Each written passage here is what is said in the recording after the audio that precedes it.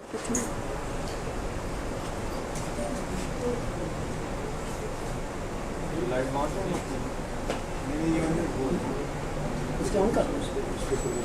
पाक नाम से जो नहायत मेहरबान रहम करने वाला, जो इज़्ज़त देने वाला, जो रिज़्क़ का रज़ाक जिसने पैदा किया और जिसके कब्ज़े में मेरी रूह है। आज हमारे पास जो टॉपिक है वो एज बाई डिज़ीज़ का आखिरी हिस्सा है, 60 और 100, और फिर उसका एक छोटा सा पार्ट 100 एंड अबव। तो पीछे जितनी भी हमने बातें की हैं वो एक हद तक वो हमने सारी स्टडी आपको बताई कि पैदा होने से पहले, पैदा होने के दौरान, पैदाइश के बाद, 1 साल से 12, 12 साल से 18, 18 साल से 40 और 40 से 60। जो पहला लेक्चर था मेरा जिसमें हमने कहा था कि prenatal, perinatal, postnatal जो मसाइल हैं वहाँ अगर बुनियाद सही रखी जाए तो फिर आपकी ज़िंदगी जो बाकी है वो सेहतमंद गुजरेगी। बहरहाल अब हमारे पास तो पेशेंट आएगा, जो आएगा वो तो 60 के बाद आएगा, क्यों उसने हमारे पास रिवर्स होके तो नहीं आना। तो हमने देखना है कि अब 60 के बाद हम उसको कैसे देख सकते हैं, कैसे ट्रीट कर सकते हैं। और ये वो मरहला है जो सबसे मुश्किल मरहला है। एक वो मरहला था जब हमने पैदाइश से पहले, पैदाइश के दौरान और पोस्ट नेटल जो 1 साल की एज का मरहला था वो भी बड़ा मुश्किल मरहला था। वहाँ चीज़ों को समझना वो बहुत मुश्किल था। एक तो हमने उस पर बड़ी सैर असल गुफ्तगू की है कि कैसे बच्चों को सेहतमंद बनाया जाए, पैदाइश उसकी कैसे ठीक हो, कैसे हो, किस तरह वो ज़िंदगी बेहतर गुजार सकता है। उसके बाद फिर एक लाइफ है, इमोशनल लाइफ है, फिर मैरिटल लाइफ है, वो सारा एक सफ़र हम तय करके आए। और आज हमारे पास जो पेशेंट आएगा वो आपके पास बहुत सारे मसाइल, जिस तरह के बच्चों का इलाज करना बड़ा मुश्किल है, इसलिए एजेड लोगों का इलाज करना भी दुनिया में सबसे मुश्किल है। और ये एजेड जो लोग हैं ना, इसलिए इतना मुश्किल है कि मैंने देखा है कि औलाद भी साथ छोड़ देती है। वो भी कहते हैं जी बाबा किसी तरीके ना जाए, अब इसके लिए तो बड़ा मुश्किल है, ये रात को जागना, इसको ये करना, मैनेज करना, अस्पतालों में ले जाना, खर्चे करना, और ये इंसान पे बड़ा मुश्किल वक्त होता है। और इस वक्त वो चूँकि ज़िंदगी के सफ़र, बड़ा तवील सफ़र तय करके थका भी होता है, हर लिहाज से उसके सिस्टम वीक हो जाते हैं, सारा कुछ होता है। इसमें हमने पूरा एक चैन बनाया, हम आपको समझाएंगे कि कहाँ से ख़राबियाँ होती हैं, कैसे होती हैं, कैसे उनको ठीक किया जा सकता है। और इसमें बड़े बड़े मज़े के भी चीज़ें हैं कि इंसान रिवर्स भी करता है, मतलब एज रिवर्स करती है, उसकी एज आगे चली जाती है। हमने देखा है कि दुनिया में, आप यूरोप में देखें ना, 50-60 साल एवरेज एज थी, अब 80-90 साल एवरेज पे लोग ले गए उसको, ठीक है। अमेरिका में इधर लोगों ने बड़ा काम किया है इस पर, और किस तरह से मैनेज किया जा सकता है, किस तरह से सेहत की इस्लाह की जा सकती है। बहुत सारे तरीके निकले हैं, कोई आर्टिफिशियल ऑर्गन्स निकले हैं, कोई दवाइयाँ निकली हैं, बहुत सारी चीज़ें। तो वो एक तवील सफ़र हम भी एक करके आए हैं। हमने जो ज़िंदगी में देखा, परखा, लोगों पे आजमाया, चीज़ें देखी, कौन सी दवाइयाँ काम करती हैं, कौन सी नहीं करती, कहाँ करती हैं। बड़ी एक अच्छी स्ट्रगल है और बड़ा फ्रूटफुल स्ट्रगल की है हमने, और बड़े रिज़ल्ट प्रोड्यूस किए हैं। और वो मैं ज़रा इस जो पार्ट है हमारा, ये उसको में हम डिस्कस करेंगे, और इंशाल्लाह इससे लोगों को फ़ायदा भी पहुँचेगा। और जो मेरा एज वाइज जो लेक्चर है, ये भी दुनिया में एक यूनिक लेक्चर है। इस टॉपिक पे कभी डिस्कस नहीं हुआ, हमने पहली दफ़ा इस पर डिस्कशन की, बजाय कि आप सारी ज़िंदगी के मामलात को 2-2, 3-3 घंटे बैठ के उस पर बातें सुने करें। आप एक स्पेसिफ़िक एरिए पे जाएं और उस पर ये जो हमने मैनेजमेंट उसको ट्रीटमेंट हमने, ये जो एज वाइज डिजीज़ का, इस पे मैं बहुत मेहनत है, और ये 40-50 लाख बंदे पे मेरा वर्क है। ये थोड़ा सा काम नहीं है, 40-50 लाख बंदा मैंने देखा है, अंदाज़न का 40 से अबव भी होगा। तो ये थोड़ा सा डाटा नहीं है। लोग कहते हैं ना डॉक्टर अली जो है वो ऐसे ही ना बात सुनता है ना कोई करता है, फ़ौरन स्लिप मारता है अगले के मुंह पे, ऐसी बात नहीं है। इसके पीछे मेरे बरसों का सफ़र है, बड़ी लंबी तवील मसाफत है, और बहुत लंबा काम किया हमने। 12-12, 13-13, 14-14, 18-18 घंटे भी मैंने काम किया। तो साइंस बिलीव इस बात पे करती है कि आपकी थ्योरेटिकल जो नॉलेज है उसको आप ऑब्जर्वेशन और प्रैक्टिकल्स में लाएं, और तब दुनिया उसको मानती है, अदरवाइज़ दुनिया नहीं उसको मानती। तो हमने ना फेसबुक पे रोलर डाला ना कुछ डाला, हम फील्ड में काम करते रहे, हमने काम किया है, और वो काम जो है ना वो अब हम लोगों को सामने लेके आ रहे हैं कि ये काम हमने किया, इस तरह किया। लोग कहते हैं, कुछ लोग जो है ना मुझे सिखाते हैं कि केस टेकिंग कैसे की जाती है। उनको ये नहीं पता कि 40 लाख बंदे की तो मैंने केस टेकिंग की ही है ना। और मैं जब से प्रैक्टिस में हूँ, अल्लाह का शुक्र है कि मेरे दरवाज़े ही लोगों ने तोड़े हैं अंदर आने के लिए कि इस तक एक्सेस कैसे हो सकती है। तो केस टेकिंग जो है ना, ये जो है ना फेसबुक की है, ये मुझे केस टेकिंग सिखाएंगे जिनके पास 2 मरीज़ भी नहीं है। और मैं नहीं इतनी बड़ी बातें करना चाहता, ये सिर्फ ये अपने ज़ाती केस भी नहीं ठीक कर सकते। जो इनके ज़ाती मसाइल है ना, उसके लिए भी डॉक्टर अली से ही रिज्यू करते हैं, वो भी इनसे नहीं ठीक रखते। जिसकी आप सारा दिन केस टेकिंग करते रहते हैं कि मैं बीमार, खुद बीमार हूँ, मेरा बच्चा बीमार है, मेरी माँ बीमार है, मेरा भाई बीमार है, तो उसके लिए तो आपके पास बड़ा टाइम होता है केस टेकिंग का, तो वो भी आपसे नहीं ठीक होते। और इतनी फजूल लोग हैं जिनको जो आसान फरामोश भी हैं और जो गुस्ताख भी हैं, जो आसान फरामोश भी हैं और गुस्ताख भी हैं। जहाँ से किसी से बंदा कोई एक लफ्ज़ भी सीखता है, उसकी इज़्ज़त करता है, एहतराम करता है। इनके अंदर ना वो तकरीम है, ना वो इज़्ज़त है, ना ये नमक हराम भी हैं। हो सकता है इन्होंने यहाँ कितना कुछ आके खाया भी हो। तो इनके लिए लफ्ज़ बड़ा मैं गलत इस्तेमाल कर रहा हूँ, लेकिन मुझे दुख होता है कि जब ये कहते हैं कि जी उसको क्या पता है, उसको नहीं पता, वो 400 मरीज़ ऐसे ही देख लेता है, 300 मरीज़ ऐसे ही देख लेता है। तो बड़े दुख की बात है। हमारा बड़ा तवील सफ़र है भाई, हमने एक एक बात पे इतनी मेहनत की, और मेरे साथ कम अज़ कम 30-40 तो कंसल्टेंट है मेरे साथ। ये तो पता ही नहीं ना बैकग्राउंड फिल्म में क्या चल रहा होता है।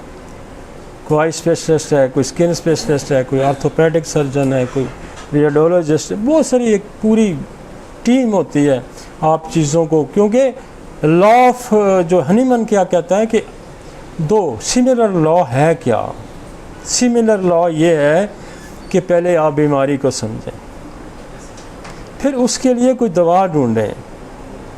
This is the similar. सिर्फ मटीरिया मेडिका पढ़ के तो माइंड के 4 सिम्टम याद करके तो आप ये नहीं कह सकते कि जी आप 3 घंटे इनको दे दें और मुझे 1 घंटे दे दें, रिज़ल्ट दोनों का देख लें। मैं एक दफ़ा बखर गया, हमारा लड़का यहाँ काम करता था रियाज, तो वो हम बखर गए उसके क्लिनिक का इफ्तिताह करने। तो रात हम यहाँ से क्लिनिक हमने बंद किया कोई 12-1 बजे। तो पूरी कोस्टर हमने कोई 10-12 बंदे, ज़्यादा थे बल्कि, पूरी कोस्टर फुल थी। वहाँ हम सुबह पहुँचे कोई 6-7 बजे।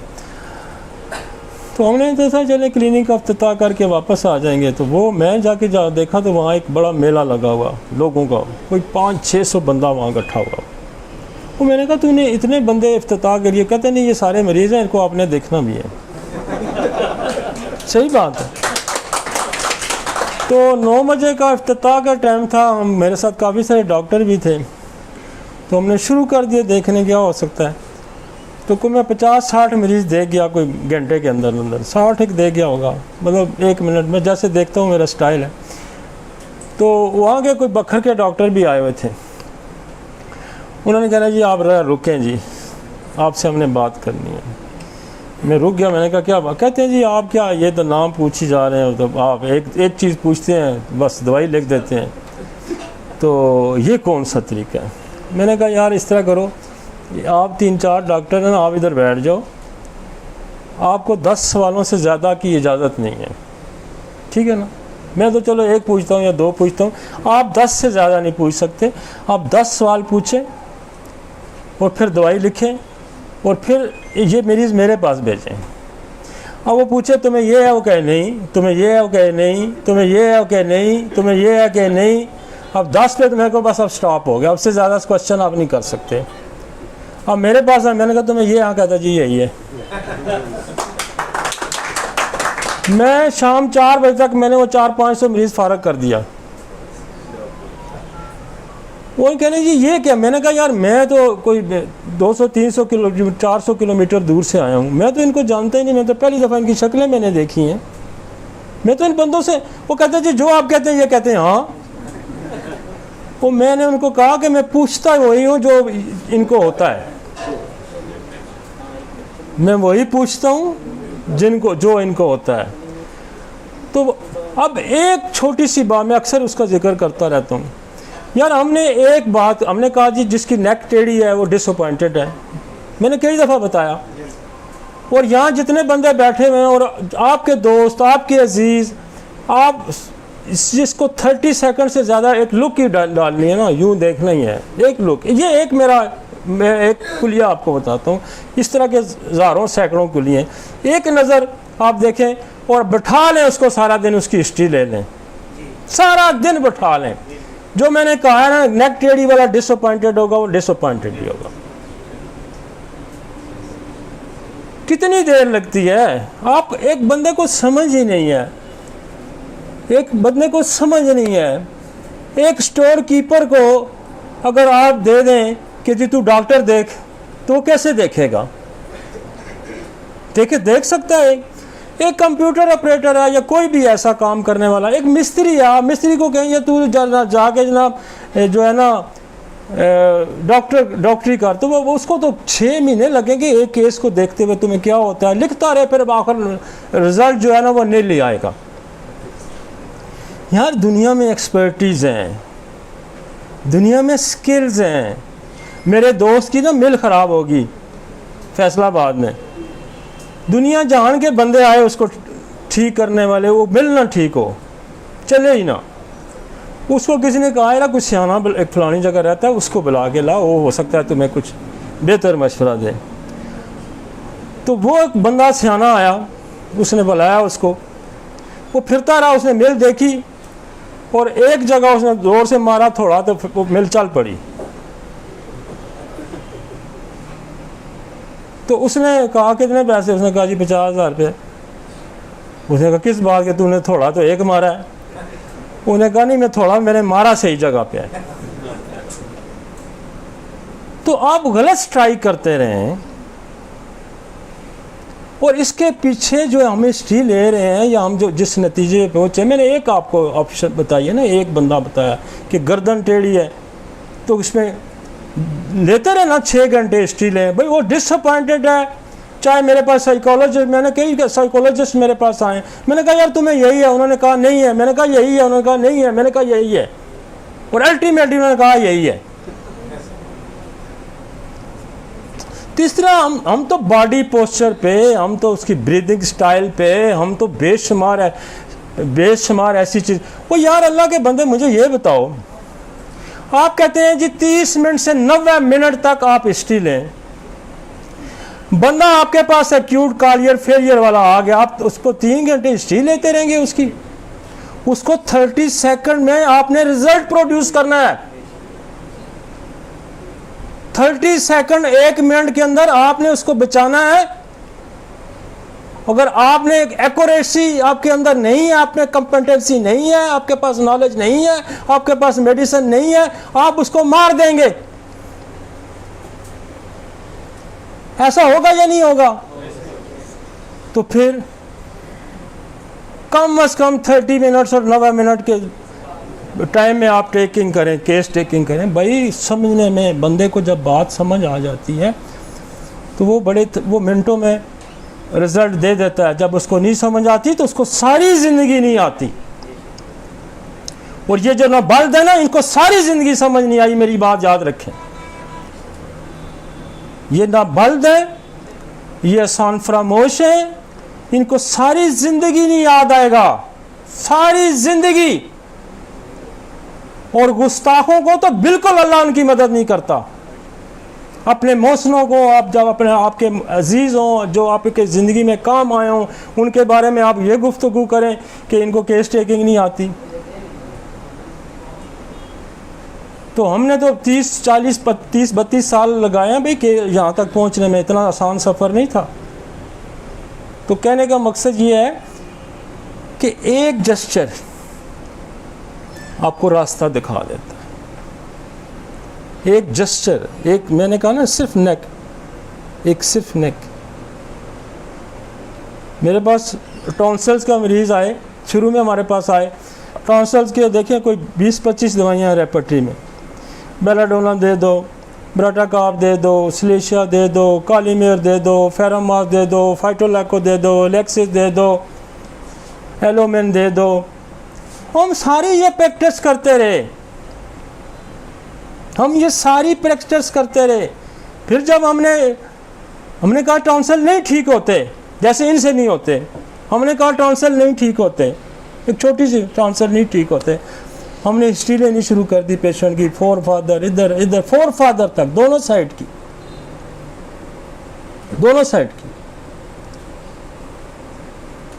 मोस्ट कॉमनली ट्यूबरकुलोसिस हमें मिला, हमने ट्यूबरकुलोनियम लगा के दवाई लानी शुरू कर दी, हमारे रिजल्ट अच्छे हो गए। फिर रिजल्ट हमारे रुकने शुरू हो गए, कुछ केस ठीक हो कुछ ना हो। ये हमें आती थी, बेलाडोना भी आती थी, हमें ब्राटाकार का भी पता था, हमें सिलेशिया का भी पता था, हमें एपरसाल्प का भी पता था, हमें फाइटोलैका का भी पता था, हमें लेक्सिस का भी पता था, हमें ब्राटाम्योर का भी पता था, हमें ये सारी कालीम्योर, फेरमफास सारी का हमें पता था। लेकिन इसके बावजूद हमारे पास मरीज़ नहीं तो ठीक हो रहा। अब ट्यूबर जब ने लगाई तो मैं अगले दिन मरीज़ आया तो उसने कहा जी मुझे फ़र्क है, अगले को लगाई फ़र्क पड़ा, अगले को लगाई, फिर ब्रेक लग गई। 4 को दें, 2 ठीक हों, 2 ना ठीक हों। फिर हमने और काम करना शुरू कर दिया, फिर हमने साइकोसिस को एड्रेस करना शुरू कर दिया, फिर हमने ट्यूबर में डोरिलम लगा के तो शुरू कर दी दही दवाने। फिर ऐसे था कि वो बच्चे भी रुक गए ठीक होने। फिर जब हिस्ट्री लेनी शुरू की, उसने कहा मेरे तो बाप, इसके बाप को भी जी टॉन्सिल थे। फिर हमने कार्सिनोसिन ऐड कर दी। अब तो हमारे कंसेप्ट बड़े क्लियर हो गए। देखें ना, हमारा कंसेप्ट ही नहीं, हमारी बेसिक हमने सेट की कि टीबी वालों को हो सकता है टॉन्सिल नहीं होते, आपको जो साइकोटिक वालों को टॉन्सिल ठीक नहीं होते, जो आपकी रूटीन की मेडिसिन है। अब तो सिर्फ हम टार्च मारते हैं 30 सेकंड की, सिर्फ यूं। पिछले 30-35 सालों ने हमने ये सारा कुछ सीखा है, हमने फोर फादर तक हिस्ट्री ली, फिर हम इस नतीजे पे पहुंचे। मुझे केस टेकिंग नहीं आती और आपको केस टेकिंग आती है। मेरे पास ENT स्पेशलिस्ट आए, मैंने उनको कहा कि 30% टॉन्सिलाइटिस आपके ट्यूबर, उन्होंने डाटा कलेक्ट किया, वो कई स्पेशलिस्ट इस काम पे लग गए कि जो मरीज आए उसे पूछे तुम्हारे खानदान में टीबी नहीं है, ये RGH में होली उसमें आपके पिम्स में। हमने वहां भी डाटा लोगों को, उन्होंने कहा ये कैसे, मैं कहा आप हिस्ट्री ले, और उन्होंने आके कहा यार ये आपने कहाँ से सीखा है। तो जिन लोगों के इन्फेक्शन नहीं ठीक होते, उनकी फैमिली में इन्फेक्शियस डिजीज़ होती हैं।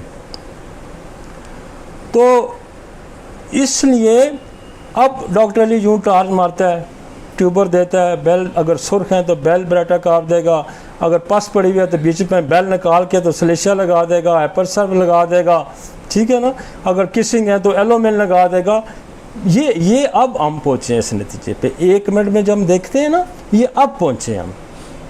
इसके साथ 30-40 लाख बंदा मुसलसल देखा है, और साइंस ये कहती है कि जब तक आपके पास प्रैक्टिकल नहीं है आप बिल्कुल कुछ नहीं है।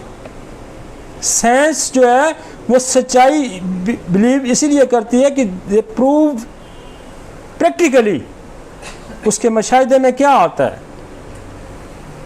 तो ये जो हम ये सफ़र आज हमारा 60 साल से ऊपर का सफ़र हम शुरू कर रहे हैं डिजीज़ का, इसके पीछे भी एक लंबी तगोदो है, बड़ा लंबा सफ़र है, बड़ी कठिन सफ़र है। हम रुके, लोगों की हड्डियों में दर्द नहीं ठीक हो रहे, हमें क्या नहीं हो रहा, फिर क्या करना है, क्या करना है, क्या करना है, फिर हम यहाँ पहुँचे। लाइन जी, टॉपिक पे आते हैं। सॉरी, मैं असल में इसलिए मैं इसलिए थोड़ा सा बोल रहा हूँ, मैं इसलिए बोल रहा हूँ, खुदा गवाह मेरी ज़ात का मामला होता तो मैं शायद ना बोलता। मैं इसलिए बोल रहा हूँ कि ये सिस्टम को डिरेंज करने वाले लोग, ये सिस्टम को डिरेंज करने वाले थे। ये कहते हैं 5-7 हज़ार रुपया लो मरीज से, ये ठग हैं, ठग। 5-7 हज़ार लो मरीज से, क्योंकि इनके पास घेर कूर के 2-4 मरीज आते हैं, वो 10-15 हज़ार उनसे फंड लिया। ये रोज़े क़यामत मेरा हाथ होगा और आपका गिरेबान होगा। ये मेरी बात याद रखें। आपने इंसानियत के साथ जुल्म किया है और आपने लोगों को लूटा है, आपने इस प्रोफेशनली आपने लोगों को ब्लैकमेल किया है, आपने बिल्कुल एक क्राइम किया है। ये क्राइम में आता है कि आप मरीज को चक्कर दे के उसे पैसे बटोर लें। और कौन सी मेडिसिन ऐसी है जो 10,000 रुपये की आती है, 20,000 रुपये की आती है? भाई कौन सी होम्योपैथी की दवाई है? मुझे बताएं ना, हमें पता है। एक शीशी लो तो सारी जिंदगी खत्म नहीं होती। तो ये क्राइम है, ये क्राइम हमको नहीं करने दे रहे। ये उनको दुख है, तकलीफ इनको ये है कि उधर जाके 300 रुपये की 1500 की दवाई ले आते हैं लोग और हम उनसे 4-5-10 हज़ार रुपया फंड लेते हैं। ये तकलीफ है। ये तकलीफ नहीं है कि मैं किस केस टेकिंग नहीं जानता, ये तकलीफ है। और ये तो बच्चों आपको तकलीफ होगी,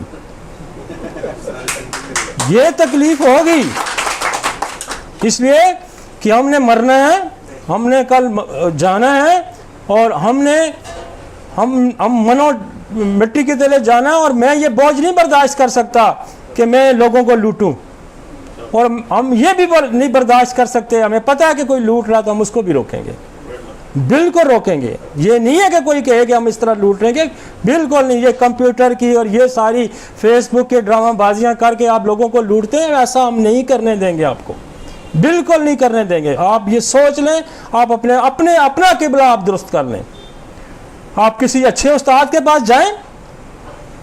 हमने बेशुमार लोग ट्रेंड किए हैं, KPK में, इधर सिंध में, पंजाब में, पिंडी हमारा रिच है होम्योपैथी के अल्फाज से। इनसे आके सीखें आप, और बैठे जूते उतार के इनके पास आए और इसे इनको कहें कि हमें भी सिखाएं ये कैसा तरीका है जिससे हम जल्दी मरीज ठीक कर सकते हैं। तब आपका किबला दुरुस्त होगा। खुदा से माफ़ी मांग लें, ये वक्त है आपके पास, वगरना एक वक्त ऐसा आएगा कि खुदा आपको माफ़ भी नहीं करेगा,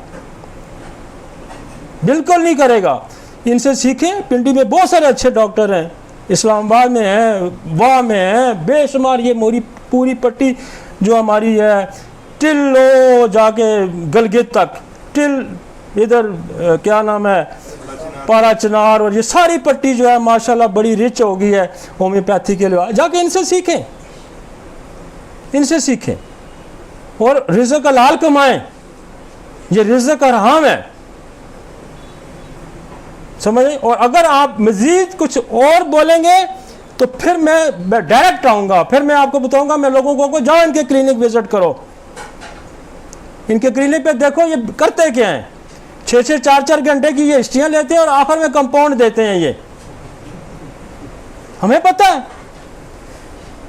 तो फिर वो कंपाउंड से तो फिर थोड़ा बहुत कोई काम चल जाता है ना। ये तो सिंगल रेमेडी प्रैक्टिस तो इतनी आसान नहीं है ना, ये बड़ी मुश्किल है।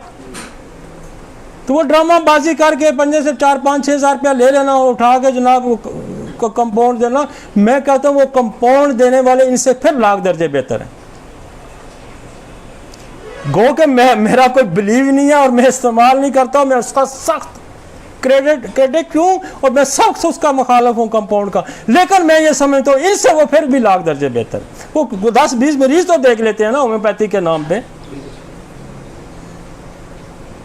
वो होम्योपैथी के नाम पे कोई 10-20-30 मरीज तो देख लेते हैं। तो आइए जी टॉपिक पे आते हैं, एज फ्रॉम 60 to 100 ईयर्स।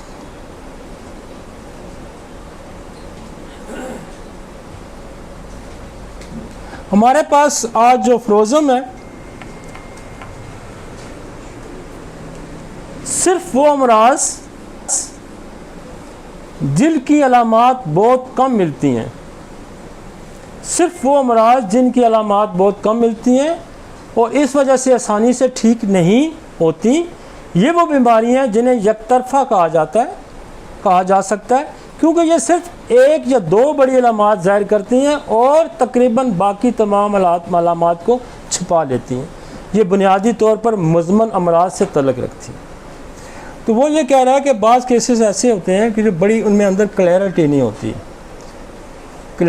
होती। दुनिया में सबसे अच्छा तरीका जो है ना मामलात को सुलझाने का, चाहे वो दुनिया का कोई मामला है, चाहे वो सोशल है, चाहे वो इकोनॉमिकल है, चाहे वो फिज़िकल है, उसके हल का एक ही तरीका है कि आपको कॉज उसका पता हो, कॉजेटिव फैक्टर पता हो और उसके मुताबिक आप उसकी रेमेडी तलाश करें। अगर आपको कोई क्लियर इंडिकेशन नहीं है तो फिर इस पेशेंट को, लेकिन ये जब अनीमन ने ये बात की थी उस वक्त हमारे पास दवाइयाँ भी बहुत कम थी, बड़ी महदूद दवाइयाँ थी। और बड़ी बात है कि इतनी महदूद दवाइयों के बावजूद लोग होम्योपैथी से ठीक होते थे। आज देखें ना, हमारे पास एक बहुत बड़ी रेंज है मेडिसिन की, बहुत बड़ी रेंज है। और अब अगर हम ये आने वाली नस्लों को हम ये पैगाम दें कि जी हम जो है ना वो इस तरह से ठीक नहीं होता, तो वो आपके जवाब को नहीं मानेंगे। तो इसमें इतनी क्लैरिटी उसने कहा है कि सिर्फ वो अमराज जिनकी अलामात बहुत कम मिलती हैं और इस वजह से आसानी से ठीक नहीं होती, ये वो बीमारियां हैं जिन्हें यकतरफा कहा जा सकता है, क्योंकि सिर्फ एक या दो बड़ी अलामात ज़ाहिर करती हैं और तकरीबन बाकी तमाम हालात को छुपा लेती है। असल में डिजीज़ जो है ना वो अपने आप को कैमोफ्लेज भी करती है। डिजीज़ अपने आप को कैमोफ्लेज करती है। मरीज़ आपको डिट्रैक्ट करता है, जब आपके पास आता है ना आपको कंफ्यूज करता है। पिछले दिनों मुझे बड़ा एक खूबसूरत सा किसी ने लतीफ़ा भेजा। वो कहता है कोई मरीज़ गया डॉक्टर के पास, तो उसने कहा जी कितनी फ़ीस है? उसने कहा जी 2000 रुपये फ़ीस है। तो उसने कहा यार कुछ तो काट कर। उसने कहा नहीं मैं 2000 ही लेता हूँ, मेरी तो फ़ीस ही 2000 है। उसने बताया, वो पूछा कि तुम्हारी बीमारी क्या है, बीमारी तो बताओ ना उस बंदे को। उसने कहा तू फ़ीस कम कर फिर मैं तेनों बीमारी दसता। उसने कहा फ़ीस तो मैं नहीं करनी। उसका फिर लबदार है अब जो 2000 जो देना तो लब तू बीमारी। मरीज आपको डिट्रैक्ट करता है, कंफ्यूज करता है डॉक्टर को, और आपने उसको खींच के ना अपने उसमें लाना होता है।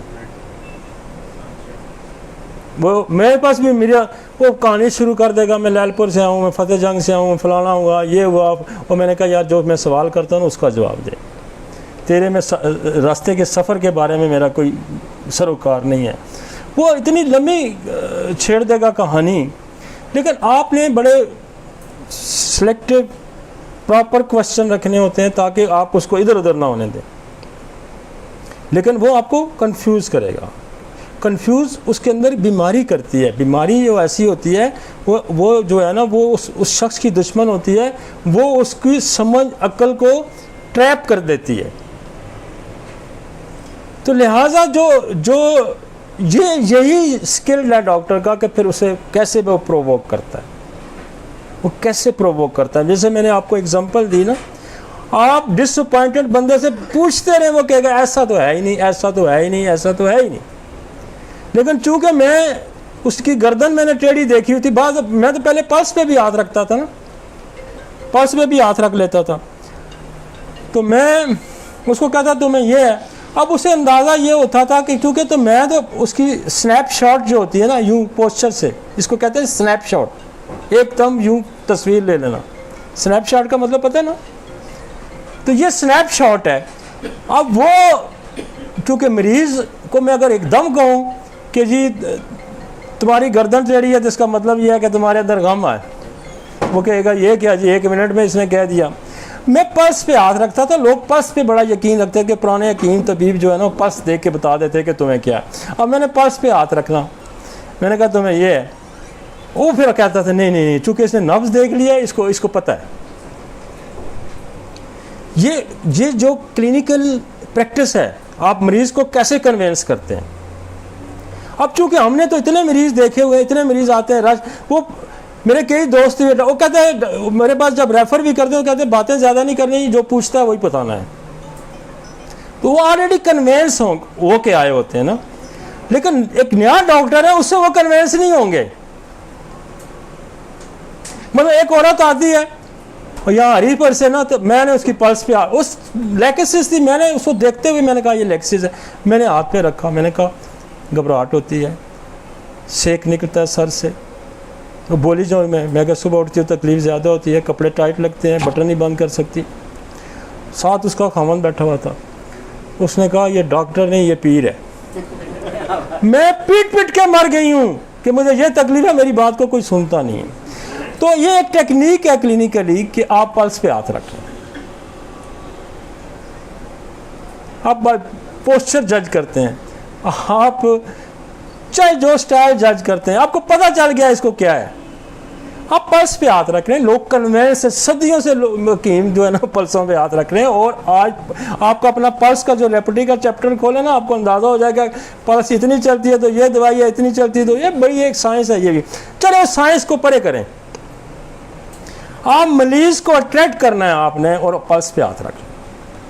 टेक्निक है ना, क्लिनिकली टिप्स है। मरीज को आप जो कहेंगे ना, वो कहेंगे तुम्हें ये होकर मान जाएगा। उसे कहेगा इसने पल्स पे हाथ रखा हुआ। और जब आप ट्रू पिक्चर उसकी बोलते जाएंगे ना, वो बहुत ज़्यादा कन्विंस होगा।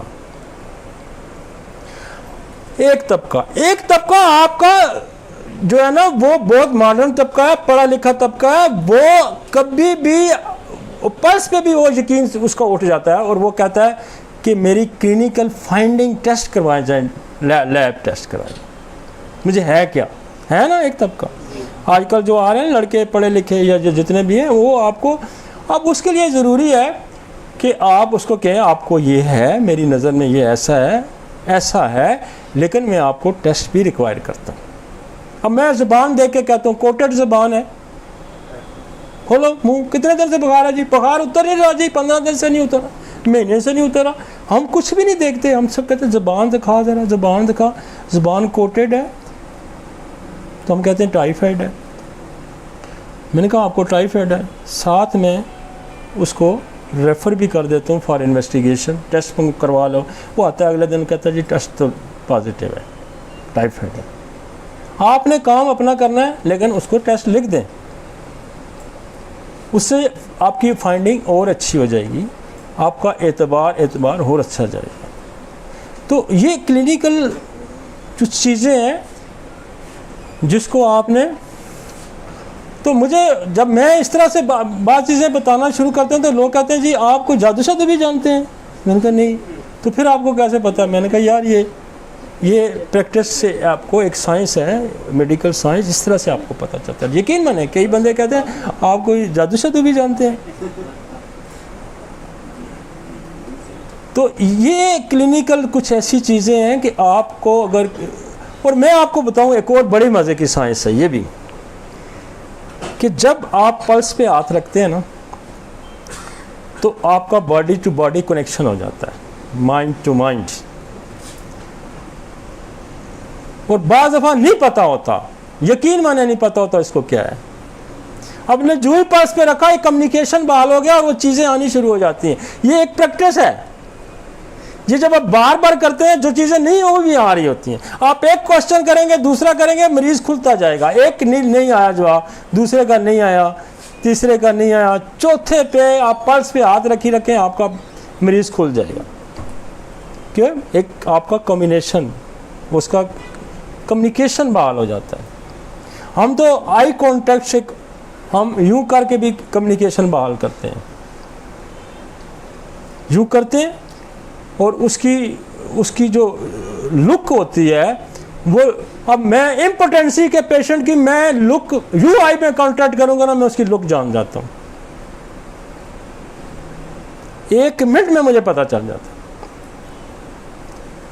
सिटिंग पे जब आके पेशेंट बैठेगी तो अगर वो टूवर्ड्स दर्द, मैं उसको यूट्राइन प्रॉब्लम मैं पहले ही पकड़ लेता हूँ उसको, और मैं यूं ही रख के उसको, अब तो खैर मैंने पर्स लिखनी में, मुझे उस दिन भी एक बड़ा दिलचस्प, मुझे उसने एक खातून थी बड़ी पुरानी मेरे पास आती हैं, तो मुझे कह रही है डॉक्टर जी नब्ज़ तो मेरी देखो।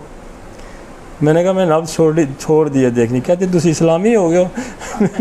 मैंने कहा बीबी नहीं, इस्लामी तो नहीं हो गया, मैंने तो आजकल जो है ना वो चेहरा पढ़ना शुरू कर दिया। तो चूँकि जो पुराने आदि लोग हैं ना, वो नब्ज़ देखेगा। मैंने कहा नहीं, मैं अब नब्ज़ मैंने देख, तो हम फेस कॉन्टेक्ट थे भी हम बहुत सारी चीज़ें ले लेते हैं। वो ये जो आप सुनते रहेंगे ना, आते रहेंगे, तो आपको बहुत सारी चीज़ें समझ आती रहेंगी। ठीक हो गया जी? आए जी टॉपिक पे आते हैं। मुझे कई लोगों ने ये कहा कि यार आप लेक्चर से ना डिट्रैक हो जाते हैं, इधर उधर निकल जाते हैं। वो मैं कहता हूँ यार मैं इधर उधर निकल जाता तो ज़रूर हूँ, लेकिन बहुत ही ज़रा मैथमेटिक किस्म का भी लेक्चर जो है ना, लोगों को समझ नहीं आती, ऊपर से गुजरा जाती है। यही बात है ना। तो वो चूँकि वो कहते हैं ये तो 2 और 2 4 बता रहा है, 4 और नहीं, जो साइंस है इसमें जो है ना, किसी को समझाना दुनिया में सबसे मुश्किल, टीचिंग सबसे मुश्किल काम। जिस तरह से आपने चीज़ों को कंसीव किया, इस तरह चीज़ों को डिलीवर करना, अगले के जहन में बैठाना दुनिया का सबसे मुश्किल काम। तो ये हम कोशिश ये करते हैं कि आपको किसी तरीके से जो जिस तरह से हम समझें आपको उस तरह से समझा दें। At this stage vital force become weak. ये वो स्टेज है कि यहाँ वाइटल फोर्स कमज़ोर हो जाती है। This stage is a very complicated, मतलब 60 और 100 साल का जो अरसा है ये वेरी कॉम्प्लिकेटेड है। कॉम्प्लेक्स डिजीज़ आ जाती हैं। कॉम्प्लेक्स डिजीज़ कॉम्प्लिकेशन ऑफ मियाज़म अकर।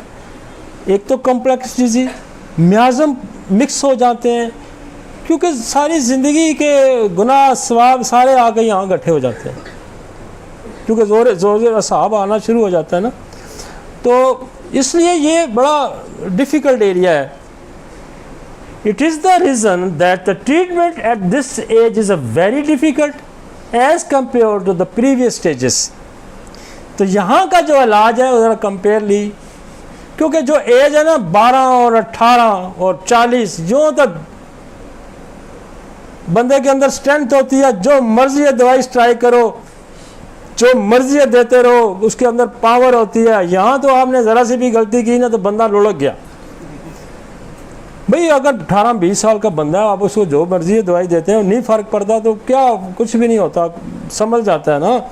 यहाँ तो बंदा हार्ट का मरीज़ है, आपने उसको गलत दवाई दे दी, वो तो लुढ़क गया, रिएक्शन आ गया। तो यहाँ बड़ा संभल के, इसलिए हमने ये थोड़ा सा आपको एहतियात के लिए कि यहाँ थोड़ा सा ना चुकना, फोकस, मतलब यहाँ आपने केस को इजी नहीं लेना, थोड़ा सा कॉन्शियस होके देखने हैं मरीज़। जब भी 60 70 साल 80 साल का बंदा होता है ना, उसको फुली अलर्ट, ये इसलिए हम आपको थोड़ा सा ना वो क्या कहते हैं, थोड़ा सा अलर्ट कर रहे हैं कि आपने इसको इजी नहीं लेना। Next,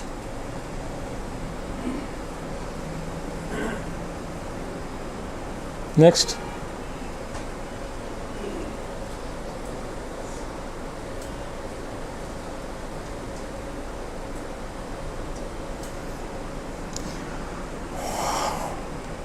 after 60 years changes occur in the DNA। 60 साल की उम्र में जब बंदा पहुंचता है, साइकोसिस की लाइफ है। साइकोसिस आपने एक्वायर किया ना तो 30-40 साल सफ़र तय करके वो टिश्यू से शुरू होती है। पहले वो क्या करेगी, म्यूकस मेम्ब्रेन को रप्चर करेगा, वहाँ इन्फेक्शन होगा, वहाँ फिर वो जाएगा नीचे और ब्लड स्ट्रीम में जाएगा, वो 1-2 साल लगा देगा, ठीक है, 6 महीने लगा देगा, साल लगा देगा, फिर वहाँ से ट्रेवल करके फिर वो सारा जाके मुख्तलिफ आर्गन के अंदर पहुँचेगा, वो 5-7 साल फिर करते करते ये सेल के जो न्यूक्लियस है उसके बाद जो फ्रूट पड़ा होता है उसके जाके अंदर पहुँच जाएगा। इसको 25-30-20 साल लगेंगे। फिर ये मुसलसल जो न्यूक्लियस की वॉल है उसको ये स्ट्राइक मारता है, स्ट्राइक मारता रहता है अंदर जाने की, जैसे किले को तोड़ते हैं, किले की जब आप जंग होती है ना, तो फिर किले की दीवार को आखिर जब बंदे सारा रैया फतह करके आ जाते हैं, तो फिर बादशाह जो है ना वो किले पे छुपा होता है, बैठा हुआ फौज सारी इधर उधर, तो किले की दीवारें बड़ी मजबूत होती हैं, फिर उसको वो स्ट्राइक करते हैं, और जो ही किले की दीवार ब्रेक होगी ना तो बस समझो किला फतह हो गया। तो ये जो दुश्मन है, जो बीमारी है, ये इंसान का दुश्मन है, लाइक दैट। ये बिल्कुल नेचुरल सारे फैमिली में है, ये सारे नेचुरल चीज़ें हैं। जैसे फाइट होती है, जंग होती है, ये भी एक जंग है। तो वो जाके ना आपके सेल के अंदर साइटोप्लाज्मा में जाके बैठ जाता है। अब वहाँ से फिर वो लगा रहता है कि किसी तरीके से ना मैं डीएनए तक एक्सेस लूँ। फिर वो 25, 30 साल, 40 साल में डीएनए की वॉल को ब्रेक करके, तो उसको जो न्यूक्लियस की वॉल को ब्रेक कर डीएनए तक पहुँच जाता है। तो फिर वहाँ जाके इसने जीन्स के अंदर चेंजेस लाने शुरू कर देती है। वो 5 साल लगते हैं, वो 10 साल लगते हैं, वो 2 साल लगते हैं। तो हमने ये कहा कि हमने स्टार्ट ही वहाँ से लिया, क्यों 60 साल हो गए, तो उसने ज़िंदगी में पता नहीं किन किन मसाइल से वो गुजरा होगा, किन किन इन्फेक्शन से गुजरा होगा, और आखिर जो है ना वो डीएनए तक उसके मसाइल पहुँच चुके होते हैं।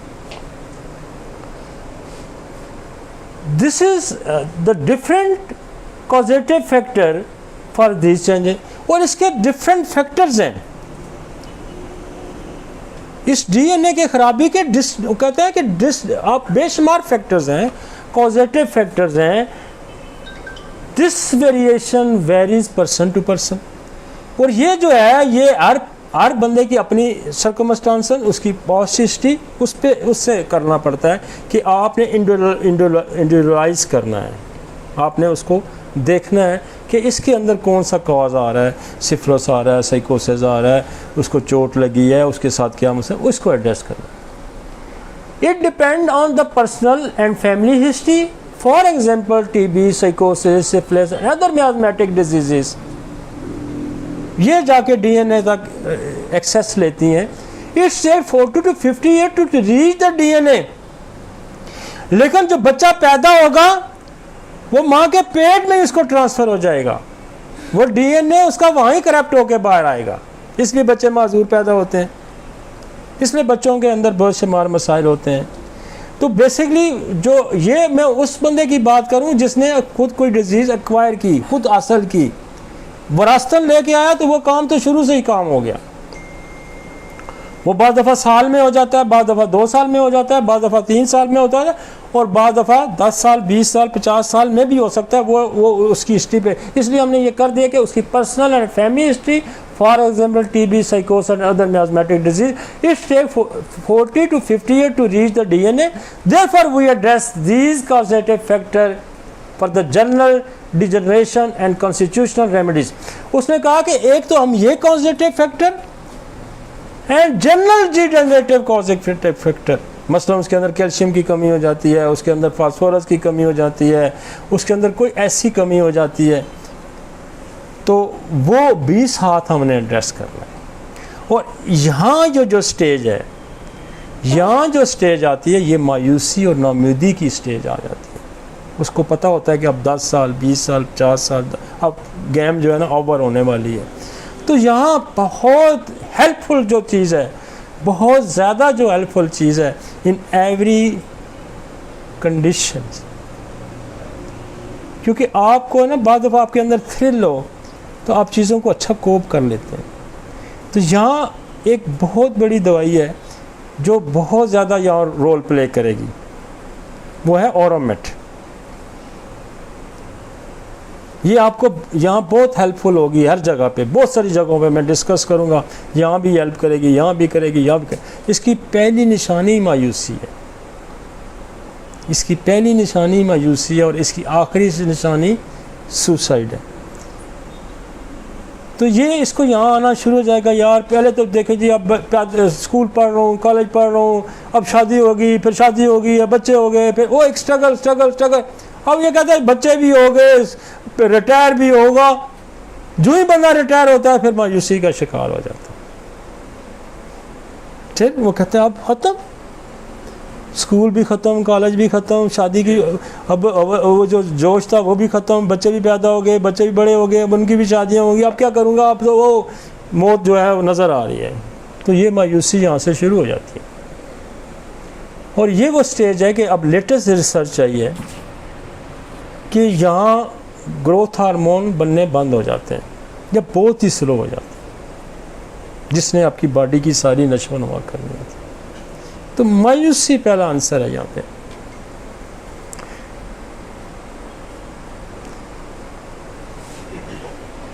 तो therefore we address these causative factor with the general degenerative and constitutional remedies। हमारे पास कुछ जनरल और कुछ कॉन्स्टिट्यूशनल मेडिसिन हैं, जैसे कलकेरिया फास है, जैसे फास्फोरस है, जैसे ओरोमेट है, जैसे लाइकोपोडियम है, जैसे रूटा है, काली फैमिली है, मर्क की फैमिली है। तो वो डिजनरेटिव है, टूट फूट का। आपकी बॉडी के स्ट्रक्चर के अंदर एक तो खेल है हार्मोन्स का, एंजाइम का, और फिर किसका खेल है, फिर खेल है मिनरल का।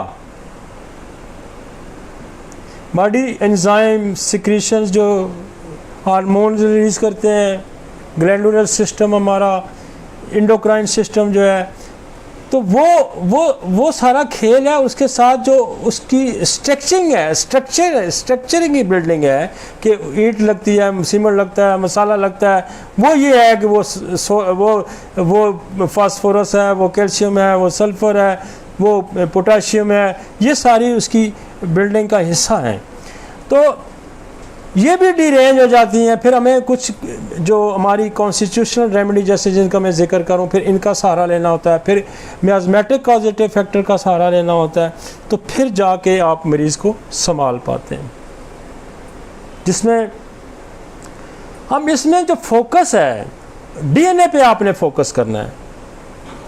और मेरी बात याद रखें, डीएनए पे फोकस नहीं होगा, उसके बाद एपिथैलेमस है, उसके बाद आपका मेजर ग्लैंड जो है ना pituitary gland, master gland pituitary gland, इस पे आप फोकस नहीं करेंगे तो मामला जो है ना ये आप इस एज के लोगों को संभाल नहीं पाएंगे। इसलिए जहाँ से प्रोग्रामिंग आ रही है, प्रोग्रामिंग किससे आ रही है, डीएनए से आ रही है। डीएनए पे फोकस कर, डीएनए क्यों डिस्टर्ब हुआ है, जीन क्यों मोटेशन है, उसको फोकस करना, उसको उस तक एक्सेस लेना। उस तक ना अल्फा एक्सेस ले सकते हैं, सती मेडिसिन उस तक एक्सेस नहीं लेंगी। उस तक एक्सेस डीप एक्टिंग मेडिसिन है, लॉन्ग एक्टिंग मेडिसिन। तो डीएनए तक एक्सेस किन दवाइयों का है, एक्सरे का है, सोल का है, कार्सिनोसन का है, सिक्रीनम का है, एंथ्रेक्सिनम का है, एपीहिस्टेरिनम का है, मेडोरिनम का है, सिफलिनियम का है, बेसिलियम का है, ट्यूबरक्लोनियम का है, वारी का है, बेसिलियम टेस्टिस का है, मलेरिया ऑफ है, टाइफाइडिनम है, इकोलाई है, एच पेरोई है, क्लैमिडिया है, इंट्राकोकस है, क्लस्बीला है, स्ट्रेप्टोकोक्सिन है। अब ये कॉम्प्लिकेशन ऑफ बैक्टीरिया है। लेकिन दौरे जदीद में एक और भी हमारे लिए मसला है कि इस स्टेज में कहीं ना कोई कैंसर भी हो चुका होता है, कोई 40 की रेंज में, कोई 50 की रेंज में, उन लोगों को कीमोथेरेपी भी हुई होती है, उनकी रेडिएशन भी होती है। हमने 2 मेडिसिन डाली हैं जो बहुत कॉमनली, विल्क्सस्टाइनम है जो कीमोथेरेपी की है, कीमोथेरेपी से ये बनती है, या साइक्लोफॉस्फेमाइड है, ये भी कीमोथेरेपी की। तो जिन लोगों को कीमो हुई होती है या कैंसर वायरस के स्टेज होते हैं तो हम उनको ये भी यूज़ करवाते हैं। अब तो और बड़ी अच्छी रेंज आ गई है कि जो भी कीमो लगती है उसकी मेडिसिन भी आ गई है। जो बहुत कॉमन कीमोथेरापीज़ हैं उनकी मेडिसिन इसके अलावा भी आ गई हैं। और अगर आपको, हमारे पास खुद भी मेडिसिन है, जैसे आपके पास है कैडमियम सल्फ, ये कीमो के साइड इफ़ेक्ट्स को बहुत अच्छा ठीक करती है। आपके पास सोल है, आपके पास रेडियम है, आपके पास एक्सरे है, आपके पास नक्स व मिका है। तो ये ऐसी दवाइयाँ हैं जो कीमो के असरात को, तो ये भी आपके जहन में होनी चाहिए। तो एलोपैथिक ड्रग्स हैं, वो कैसे? मेरा अगला इंशाल्लाह लेक्चर आ रहा है, हम वो जो हम नई सीरीज शुरू करने लगे हैं वो है सप्रेशन। और उसके 2-3 मेन पार्ट हो गए, emotional suppression, disease suppression and drug suppression. हम लोगों को ये बताएंगे कि इमोशनल सप्रेशन से क्या होता है, और डिजीज़ अगर आप ठीक ना कर सकें, उनको दबा दें, तो उससे क्या क्या तमाशे लगते हैं। फिर गलत दवाइयों के इस्तेमाल से क्या क्या तमाशे लगते हैं, इस पे हम, और ये मेरा पहले लेक्चर हो चुका है, मैंने आज से कोई 7-8 साल पहले हमने दिया है, 10 साल पहले, और वो 32-33 घंटे का मेरा ये लेक्चर है। और ये हम इसको रिवाइज़ करना चाह रहे हैं क्योंकि वो लेक्चर सारा सही अवेलेबल नहीं है, तो मैं इसको करूँगा। तो फिर मैं आपको बताऊँगा टीबी से क्या होता है, फिर टाइफाइड से क्या होता है, डिजीज़ सप्रेशन क्या क्या डिजीज़ सप्रेशन है, हम इन्फेक्शन डिजीज़ सारी करेंगे। फिर हम इमोशनल को करेंगे कि इमोशन सप्रेस होते हैं तो क्या होता है। तो ये मेरा अगला लेक्चर इंशाल्लाह आएगा, इसको भी लोग पसंद करेंगे, और इससे इंशाल्लाह होम्योपैथी को बहुत ग्रो करेगी होम्योपैथी। ये टॉपिक भी हमारा नया है, ये जो नया टॉपिक मैं दे रहा हूँ ना सप्रेशन वाला, ये भी बड़ा कॉम्प्लिकेटेड, बड़ा मुश्किल है। ये भी इस तरह का कोई लेक्चर पहले, इससे पहले अवेलेबल नहीं है, क्योंकि मैंने सारी ज़िंदगी किया कि एक एलोपैथिक डॉक्टर साथ करिए खड़ा किया, डिजीज़ लोगों को समझाई, हमने लोगों को डिजीज़ समझाई, आई स्पेशलिस्ट बुलाया, स्किन स्पेशलिस्ट बुलाया, ऑर्थोपेडिक सर्जन बुलाया, कार्डियोलॉजिस्ट बुलाया, गायनाकोलॉजिस्ट बुलाया, साइकोलॉजिस्ट बुलाया। तो हमने लोगों को पहले अब हम एक स्पेशली प्योरली होम्योपैथिक टच दे रहे हैं कि ये दबना क्या होता है, दबना, गलत इलाज, सप्रेशन किसको कहते हैं। लफ्ज़ एक सप्रेशन है, और जब हम उस पर निकलेंगे, उस पर बात करेंगे, तो फिर आपको पता लगेगा दुनिया में क्या क्या मसाइल हैं और किस तरह से गलत इलाज से क्या क्या हुआ है।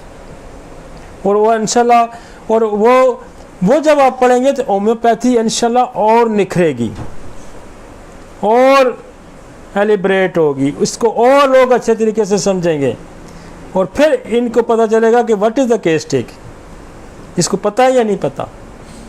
मैं बताऊंगा कि जैसे हमने तो देखे, हम बताएंगे कि टाइफाइड की कॉम्प्लिकेशन क्या होती है, इसकी सप्रेशन से क्या होता है, टीबी की सप्रेशन से क्या होता है, मलेरिया की सप्रेशन से क्या होता है।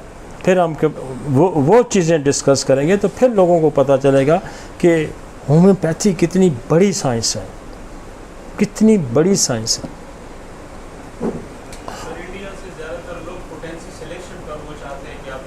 नहीं, पोटेंसी सिलेक्शन पे मैं कम्प्लीमेंट्री या उस पर जो रिलेशनशिप पे जो दोस्त है मेरे साथ जो बैठे होते हैं, ये कुरैशी साहब हैं या बुटा या इजाज़ अली, सारे मुझे कहते हैं कि रिलेशनशिप पे एक हम लेक्चर करेंगे कि दवाइयों की जो तालमेल है एक दूसरे साथ, उनका तल्लक है, पोटेंसी कब कहाँ सेलेक्ट करनी है, ये हम इंशाल्लाह इसको करेंगे कि पोटेंसी का बड़ा रोल है, पोटेंसी का रोल बहुत बड़ा है।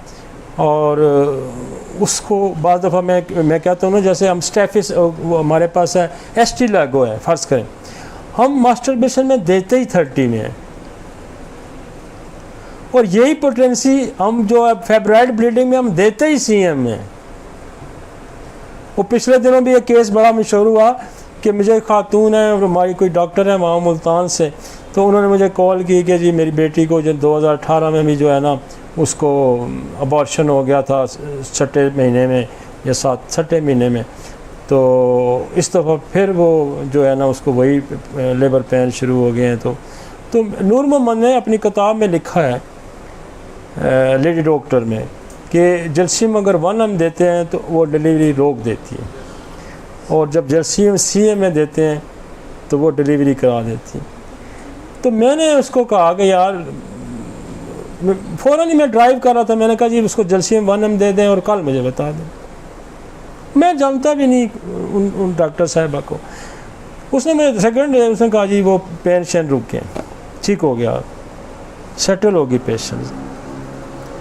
वो हफ्ता 10 दिन गए, उसने खुशी से वो कोई जो आपको पता है पोस्टर जो लगाते हैं, हमने तो ज़रा वो यूज़ ही नहीं करते फेसबुक वगैरह, तो तो उसने कहीं पोस्ट लगा दी कि इस तरह मैंने मेरी बच्ची को 2018 में भी ये हुआ था और अब भी उसके साथ ये वाक़या हुआ। तो डॉक्टर अली से मैंने पूछा, किसी पहले नंबर लिया तो भुट्टा साहब ने नंबर दिया, तो फिर मेरी उनसे बात हुई तो उन्होंने कहा जल्शियम वनम दे दो। बस इतनी सारी बात सुनी तो उन्होंने कहा जल्शियम वनम दो। अब लोगों ने वहाँ तमाशा नहीं लगा दिया, उन्होंने कहा जी ये जल्शियम कैसे ठीक कर सकती है, ये तो कोई एलोपैथिक दवाई से ठीक हुआ। अब उनको ये नहीं समझ कि 2018 में भी तो एडमिट थी ना वो CMH में, तो वहाँ फिर एलोपैथिक किससे क्यों नहीं ठीक हुई। अब भी वो एडमिट है, सुबह वो डिस्चार्ज हो गई है। आज उस वाक़े को मतलब 20-22 दिन हो गए हैं, अभी तक उसकी डिलीवरी नहीं हुई। इस टाइम तक उस जल्शियम वनम ने रोकी हुई है। वो मैंने कहा कि ये होगी भी तब हम जल्शियम CM में देंगे तो ये होगी, वगैरह ये होगी भी नहीं। तो इस किस्म के नाबल्द लोग कि होम्योपैथी में ऐसा नहीं हो सकता। किसी और दोस्त हमारा, वो डॉक्टर उस्मान है, उसने कोई डॉक्टर उसके पास बैठा हुआ था, उसने वो दे दी उसको, सांप काट रहे को उसको पेन हो रहा था, उसने एक इनेशिया उसको दी तो उससे दर्द उसका रुक गया। वो उठा तो उसने पोज लगा दी। अब ये उसके पीछे पड़ गए, वो सांप काटे का तो हमारे पास तो इलाज ही कोई नहीं। यार आप होम्योपैथ हैं या आज सिस्टम के आप मुखालिफ हैं, आप इस सिस्टम के दुश्मन हैं कि आप कहते हैं होम्योपैथी में इसका इलाज ही कोई नहीं, जल्शियम से ऐसा हो ही नहीं सकता। और भी उसमें बड़ी दवाइयाँ हैं। वो यार नूर मोहम्मद की प्रैक्टिस का आप देखें ना, वो डंडे मारता था लोगों को, लाइन में आओ, डंडे यकीन माने उसके हाथ में स्टिक होती थी जो लाइन करा कर ठक मारता था सर पे, डंडे खा के लोग उससे दवाई करते, उसका एक्सपीरियंस है। और मैंने अपनी ज़िंदगी में बेशुमार जगह इसको मैंने दिया है, और ये वाकई प्रेगनेंसी डिलीवरी को रोक देती है, और जब आप चाहते हैं तो वो करा देती है। तो आप किसी का, आपको पता ही कुछ नहीं है, आप यूं ही ऐसे, भाई आप होम्योपैथी के खैर ख्वाह हैं या आप होम्योपैथी के दुश्मन हैं। अब जो वो पढ़ेगा, एक लेमैन पढ़ेगा या कोई दूसरा डॉक्टर एलोपैथिक पढ़ेगा, वो कहेंगे यार ये देखें इनके अंदर से बंदे जो हैं वो कहते हैं ये ऐसा हो ही नहीं सकता, और ये फॉल क्लेम करते हैं। वो तो ठीक कहते हैं ना, फिर ये अंदर से जो काली भेड़ें आपकी यही बोलना शुरू हो जाती हैं, और यार नहीं ठीक हुआ, चलो नहीं ठीक हुआ, पहली तो बात है ठीक हुआ, नहीं ठीक हुआ तो क्या ये पब्लिसिटी आप होम्योपैथी की कर रहे हैं। झांके जरा अपने गिरेबान। इस सिस्टम से अगर आप रिज़्क खाते हैं, इस सिस्टम से आप अगर रिज़्क खाते हैं, इस सिस्टम से आपके घर का चूल्हा जलता है, तो ये बड़ी बददयांती है, ये बड़ी बददयांती है। जो कुत्ता होता है ना, जिसको हम कहते हैं कुत्ता, जो कुत्ता होता है उसको हम क्या कहते हैं, कुत्ता। जो कुत्ता या भौंकता है, वो भी जिस मालिक का रिज़्क खाता है उसके लिए भौंकता है। इसका मतलब हम कुत्तों से भी बदतर हैं। जिस सिस्टम से हमारा नाम है, हमारा रिज़्क वाबस्ता है, आप उस सिस्टम के खिलाफ बोलते हैं। शर्म आनी चाहिए आपको। वो यार नहीं ठीक होते सारे होम्योपैथी से, कोई होम्योपैथी ने सारे दुनिया को ठीक करने का ठेका तो नहीं उठाया हुआ ना। खुदा का एक निज़ाम है, उसने बंदों को मारना भी है।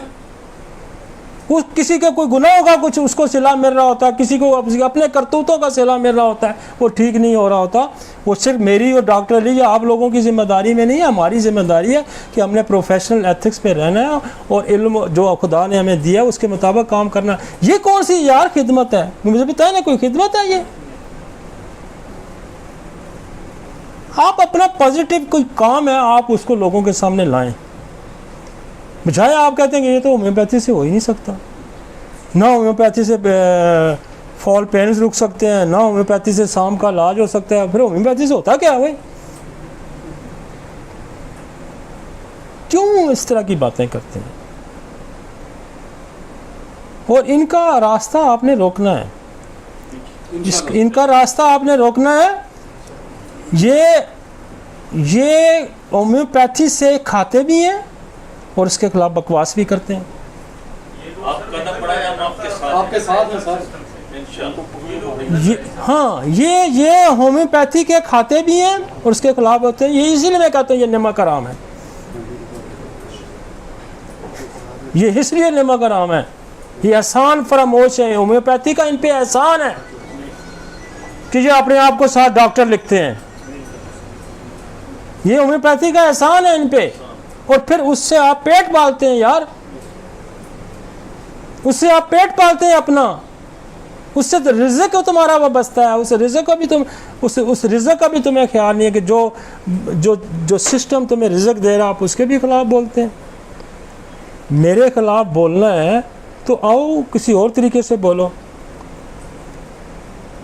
जर्सियों के खिलाफ तो ना बोलो ना, इग्नेशिया के खिलाफ तो ना बोलो ना। मेरी ज़ात आपको, मेरा नाक नहीं अच्छा लगता, मेरे बाल नहीं अच्छे लगते, मेरा नहीं अच्छा लगता, तो आप मेरे खिलाफ बोलो, लेकिन सिस्टम के खिलाफ ना बोलो, सिस्टम के खिलाफ मत बोलो। सिस्टम के कोई खराबियां भी होती हैं सिस्टम के अंदर, भाई खामियां भी होती हैं, आपने उस पर पर्दा डालना है कि गलत कह रहा हूं मैं, आपने उस पर पर्दा डालना है।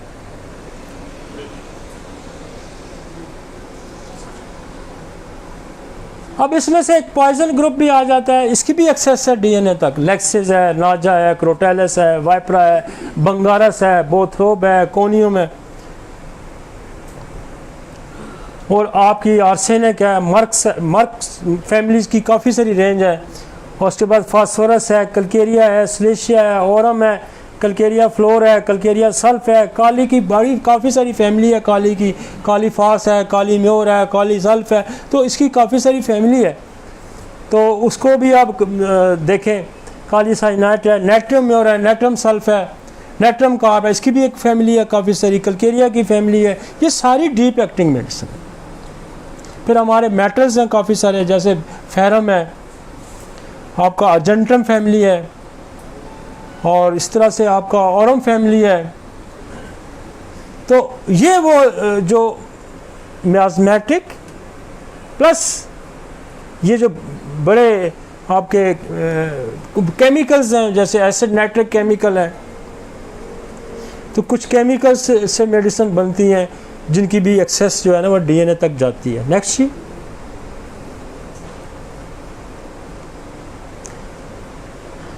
Ophthalmos, these organs connect your endocrine system। ये जो है एप्थेलमस है, बेसिकली ये ब्रेन के अंदर का एक वो है पॉट है। This organ connects your endocrine system with your nervous system. Its main job is to tell your pituitary gland to start और स्टॉप मेकिंग हार्मोन्स। इसका काम यह है कि ये पिट्यूटरी को अलर्ट रखता है और उसको मैसेजिंग देता है और केमिकल रिलीज करता है कि ताकि पिट्यूटरी जो अपना काम, तो डीएनए में खराबी होगी तो एप्थैलमस में भी खराबी आ जाएगी, एप्थैलमस में खराबी आएगी तो पिट्यूटरी में खराबी आ जाएगी। पिट्यूटरी मास्टर ग्लैंड है जो आगे लेके बाकी थायराइड ग्लैंड को और आपका जो है उसका रीनल जो ग्लैंड है उसका है, और आपका जो है पैराथायराइड ग्लैंड है, आपके टेस्टिस हैं, आपके ओवरीज हैं, ये सारों को वहाँ से जो है हार्मोन्स रिलीज़ होते हैं और इनको स्टिमुलेट करते हैं और वर्क करते हैं। तो हमने शुरू इसलिए सेंटर से शुरू किया, हमने सेंटर से शुरू होकर हम निकले हैं कि ख़राबी वहाँ होगी तो फिर ये सारा चैन ख़राब होगा।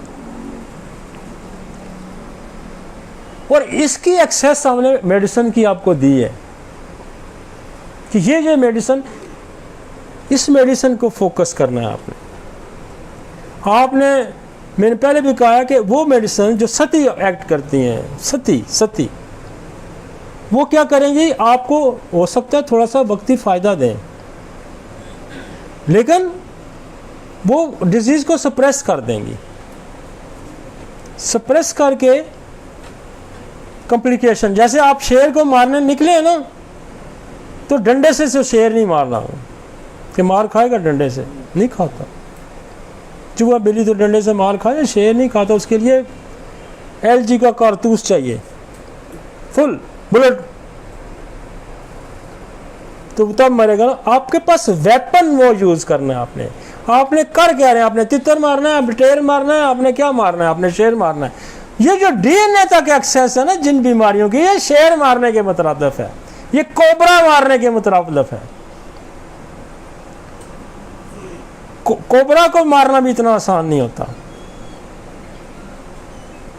कोबरा को मारना इतना आसान नहीं होता।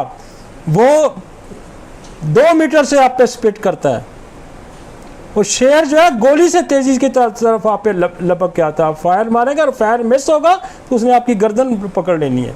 तो कोबरा भी जो है ना, वो भी उसको भी मारना इतना आसान काम नहीं होता। उसको अगर आपने गलत तरीके से हैंडल कर लिया, उसने दूर से स्पिट मार देगा तो आपको पॉइजन आ जाएगा, आपको मिलेगा। तो कोबरा मारने की भी टेक्निक्स होती हैं।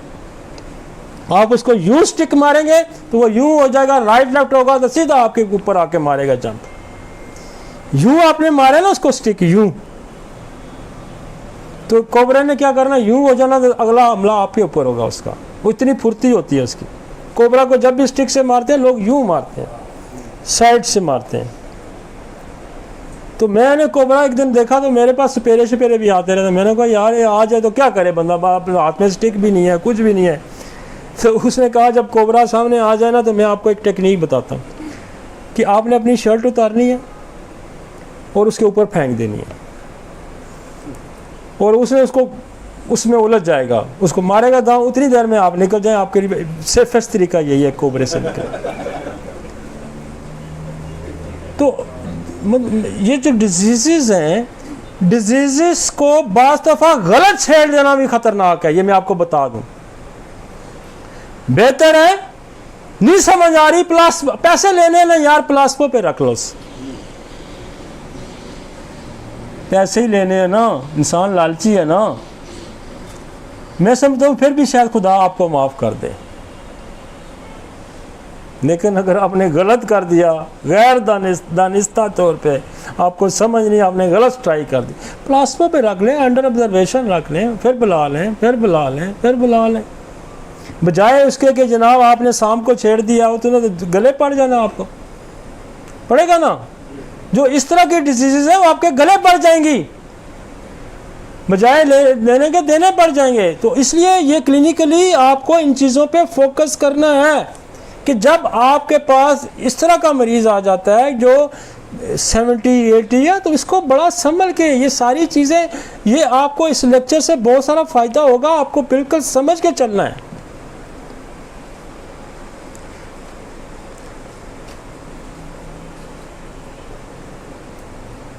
आगे चलते हैं।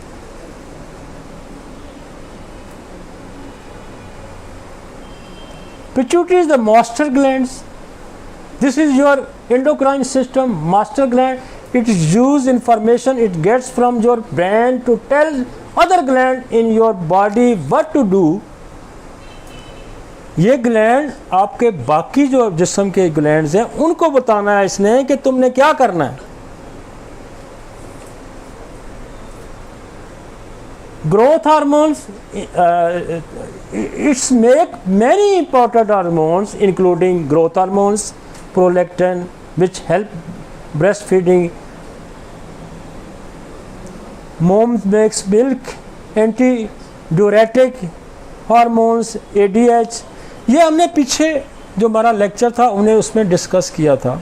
हमने दोबारा इसलिए इसको ये डाला है कि आपको ये बात समझ आ जाए कि हमने करना क्या है, आपने चलना कैसे है। आपने चलना DNA से, फिर आपने आगे निकलना है।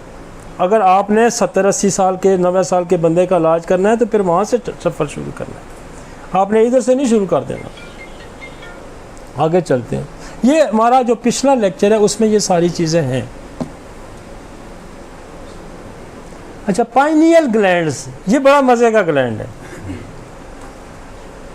Pineal glands, it's make a chemical called melatonin that help your body get ready to go to sleep। ये ग्लैंड का काम इतना है कि ये आपको सुलाता है। ये जो सिक्रीशन करेगा ना, इसलिए बूढ़ों बंदों की सिक्रीशन जो जब ये ग्लैंड की कम हो जाती है तो उनकी नींद खत्म हो जाती है। अक्सर बूढ़े बंदों को क्या होगा, नींद उड़ जाएगी, कॉन्स्टिपेशन होगी, फंक्शन स्लो हो जाते हैं ना। अब आपकी जितनी मेडिसिन है जो नींद वाली, जैसे सल्फर है, जैसे पैसिफ्लोरा है, जैसे इग्नेशिया है, जैसे सिप्लेनियम है, ये वो दवाइयाँ जो नींद वाली दवाइयाँ, ये सारी किस ग्लैंड को एक्टिवेट करती हैं? पीनियल ग्लैंड्स को। समझ आइए, ये तो मैं समझाने की कोशिश कर रहा हूँ कि साइंटिफिक वे है कि क्या खराबी आ गई कि आपको नींद नहीं आती। इसका मतलब है ये पीनियल ग्लैंड जो है ये अपना सेक्रीट करना रिड्यूस कर गया, और ओल्ड एज में आपको ये बहुत मिलेगा। आपको अगर कोई सवाल करता है कि मेरा बाप है उसको नींद नहीं आती, बंदे पढ़े लिखे आते हैं, तो आप उसको जब ये बताएंगे वो कहेंगे यार मेरे बंदे को बड़ा ये कमाल। और फिर हमारे पास मेडिसिन का एक ज़ख़ीरा है, सल्फर नींद ले आती है, नक्सवामिका नींद ले आती है, इग्नेशिया नींद ले आती है, सिप्लेनियम नींद ले आती है, पैसिफ्लोरा नींद ले आती है, साइपरपीडियम जो है वो नींद ले आती है, काफिया क्रोडा नींद ले आती है। तो ये ग्लैंड है फोकस करना, इस एज में इस ग्लैंड पे भी फोकस करना है। नींद नहीं आ रही, क्यों नहीं आ रही? और बहुत ज़्यादा आप कोई एडवांस किस्म का मरीज आपके पास आते हैं जिसका रिक्वायर कर दें test, what is the level of melatonin. ये चाह रहे हैं हम, यही चाह रहे हैं कि आप ये समझें, हम यही चाह रहे हैं।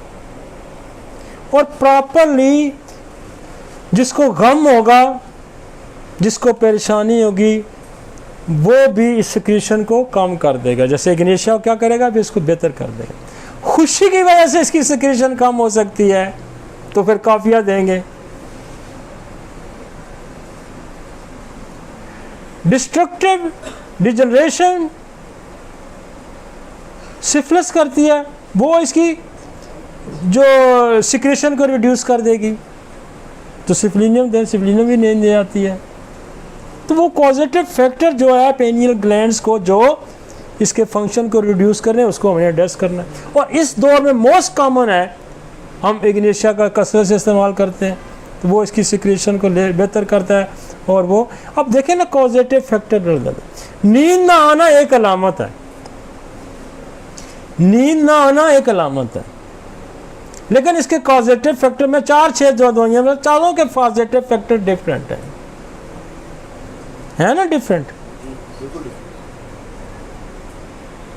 वो यार आप क्लिनिक खोल लेना, नींद ना आना का क्लिनिक खोल लेना, 5-7 दवाइयां हैं ना, उनको एनालिसिस करें, पेनियल ग्लैंड्स को पढ़ें, इसकी सिक्रीशन को पढ़ें और उसके पॉजिटिव फैक्टर को एड्रेस करें। आपके पास दुनिया ऐसे भी आएगा, चलो जी नींद की दवाई तो उससे ले आऊँ। और मेरे कई ऐसे मरीज हैं कि वो कहते हैं वो जो 2-4 पुड़ियाँ खाई, अब मेरी नींद ही ठीक, वो सिक्रीशन को ठीक कर देती हैं। समझ आई? पहले कभी सुना था आपने कि नींद क्यों नहीं आती? सच सच बताएं। तो ये वो है जिम्मेदार जिसकी खराबी की वजह से नींद नहीं आती। चलते हैं जी। अब छोटे बच्चों में साइपरपीडियम जो हमारे पास आते हैं ना, अबनॉर्मल चाइल्ड्स आते हैं, उसमें हमारे पास ये साइपरपीडियम बड़ा अच्छा काम करती है। और अब जो मटीरियल मेडिकल लिखा जाएगा, अब जो रेपर्टरी लिखी जाएगी, वो रीसेट होकर निकल जाएगी, तो वो कहेगा पेनियल ग्लैंड्स की सिक्रेशन की कमी की ये दवाइयाँ हैं। सही है ना? पूरा सब हो गया।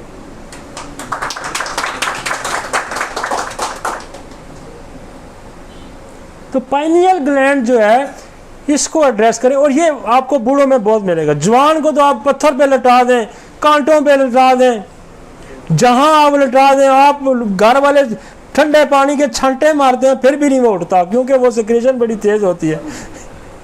बूढ़ा का घर में जरा सी खुलक नहीं हुई तो उसने उठ के बैठ जाना होता है। तो हमने इसको एड्रेस करना है। मैं कह रहा हूँ ना कि एक नींद, मैं एक दिन डॉक्टर तारक तो मैं गड्ढे बैठे तो एक बाबा आ जाता था वहाँ गप्पे मारना, तो वो कहता है ओ यार मैं एक तुहानू कुलिया दसा, तो तुहाडे मरीज़ां दी लैन लग जाएगी। मैं कहा जी दसो, कहना मरीज़ां दी नींद ठीक करो।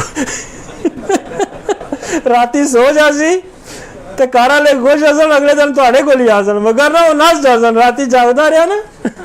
फिर तुहाडे को देखें कितनी पते की उसने बात की, चूंकि उसने फेस किया होगा ना, उसने फेस किया होगा कि राती बंदा उसका कोई मरीज है, वो उसको सो नहीं रहा होगा, जाग रहा होगा, वो सुबह डॉक्टर ही कहता बदलो। तो कहता नींद ठीक करो, नींद, मरीज की नींद कंफर्टेबल होनी चाहिए। अब नींद जो है वो आपकी बहुत सारी दवाइयाँ, हम इसको फिर भी डिस्कस करें, लेकिन मैं यहाँ क्लू ये देना चाह रहा था कि इसको एड्रेस करें ओल्ड एज में। बाकी आपको दवाइयाँ और भी मिलेंगी रेपर्टी में, मटीरियल मेडिका में और भी बहुत सारी दवाइयाँ मिलेंगी। हमारे पास तो कॉमन सल्फ़र यूज़ होती है, इग्नेशिया यूज़ होती है, पैसिफ्लोरा यूज़ होती है, सिफ्लिनियम यूज़ होती है। तो हमारे पास तो ये कसरत से यूज़ होने वाली दवाइयाँ, बहुत क्लिनिक्स में डिफरेंट यूज़ होती है।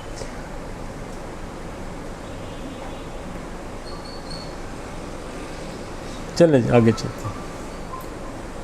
थायराइड ग्लैंड बॉडी की बड़ी नशोनुमा इसके ज़िम्मे है। हमने इसको पहले भी डिस्कस किया। This gland makes the thyroid hormones which control your growth and metabolism. If this gland doesn't make enough to condition called hypothyroidism, everything happen more slowly. Your heart might slow down, you could get constipated, and you might gain weight if makes too much hyperthyroidism. Everything speed up. Your heart might race. अब इसकी कमी बेशी जो है वो system को slow भी कर देती है और फिर रेस तेज कर देती है। तो बाबे जो होते हैं, आपने देखा ना कि रोड क्रॉस करेंगे तो यूँ स्पीड लगी होती है उनकी, यहाँ बिल्कुल स्लो करेंगे। कुछ फंक्शन तेज हो गए, कुछ फंक्शन स्लो हो गए। तो इसको भी एड्रेस करें। इस एज में T3, T4, TSH रिक्वायर करें। कहीं इसमें हाइपो है, हाइपर है, उसको एड्रेस करें, ऊपर पेनियल को एड्रेस करें, इसको एड्रेस करें, पिट्यूटरी को एड्रेस करें। देखें कितने मसाइल हल होंगे हमें। मतलब आपको इसलिए हम बता रहे हैं कि इन चीज़ों पे फोकस करना है। वो कह रहा फंक्शन स्लो हो जाते हैं, कब्ज़ हो जाएगी, मतलब कितनी चीज़ें उसने लिखी हैं। तो आपने, और इससे मैं आपको बताऊं कि हमारे पास इतनी अच्छी दवाइयाँ थायराइड्स को स्टिमुलेट करने के लिए, और बिल्कुल लोग ठीक हो जाते हैं। थायराइड अपना जो है उसको क्या कहते हैं, थॉरेक्सिन बनाना शुरू कर देता है। बेशुमार मरीज हमने ठीक है। इस पे एक्सरे बहुत ज़्यादा हिट आती है, इस पे ट्यूबर, इस पे बेसिलिनियम, इस पे थायरोडीनम, इस पे स्पोंजिया, इस पे आयोडम, इस पे ब्राटाकार, इस पे लाइकोपस, इसमें बड़ी मज़े की दवाई है लाइकोपस। इसके लिए थोड़ी सी जिसकी आंखें उभरी हुई होती हैं ना, हम उसको लाइकोपस देते हैं, यूँ TSH लेवल नीचे आ जाता है। तो आप इसको एड्रेस करेंगे, बाबा ठीक हो जाएगा ना। उसको एड्रेस करें, नींद ठीक हो जाएगी उसकी। तो इस स्टेज में चीज़ों को एड्रेस करना है।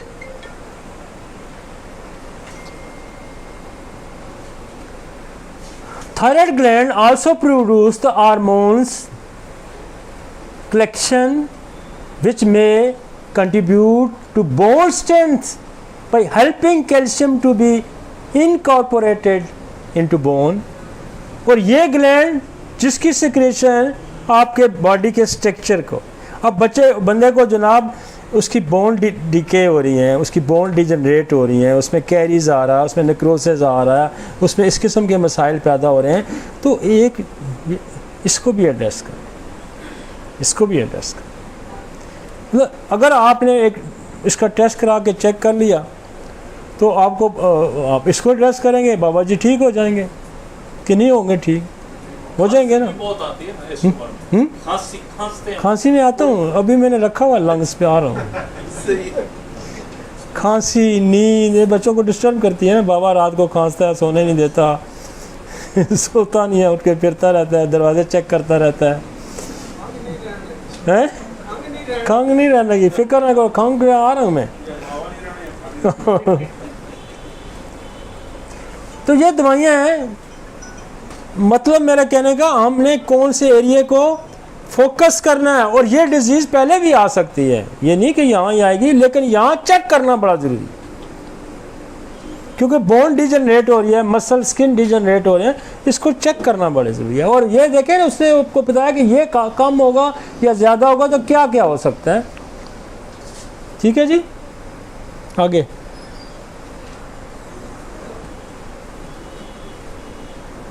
Parathyroids. This is a set of 4 small glands behind your thyroid. They play the role in bone health. The gland control your level of calcium and phosphorus. Parathyroid का शॉर्टकट भी आया हुआ है। और ये जितनी ग्लैंडुलर सिक्रीशन को control करना, मैं शुरू में मैं मेडिसिन इसको स्टार्ट करने से पहले हमने आपको दवाइयाँ, बल्कि नीचे और भी मैं डाल देता हूँ। तो हमने ये दवाइयाँ डाली हैं, कैसे कंट्रोल करना है इसको। पैराथायराइड ग्लैंड का बड़ा रोल है, आपकी कैल्शियम लेवल ड्रेनेज हो जाएगा, वो ऊपर जा रहा होगा, कंट्रोल नहीं होगा। नेक्स्ट, पैराथायराइड सार्कोड्स है, बड़ा अच्छा काम करता है ये। इसके लिए आपके लिए कार्ब है, इसके लिए आयोडम है, इसके लिए स्पॉन्जिया है। और एक हम ग्लैंडुलर दवाइयों की हमने लिस्ट एक नीचे डाली हुई है, वो आपको बताते हैं। इसके अलावा चलें जी,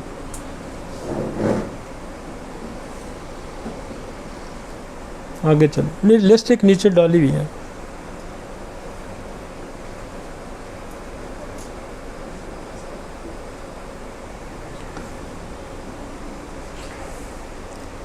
चलें जी, असल में टाइम थोड़ा सा, मैंने कहा लेक्चर आप कर लेते हैं, दवाइयाँ मैं साथ साथ फिर बोलता रहूँगा।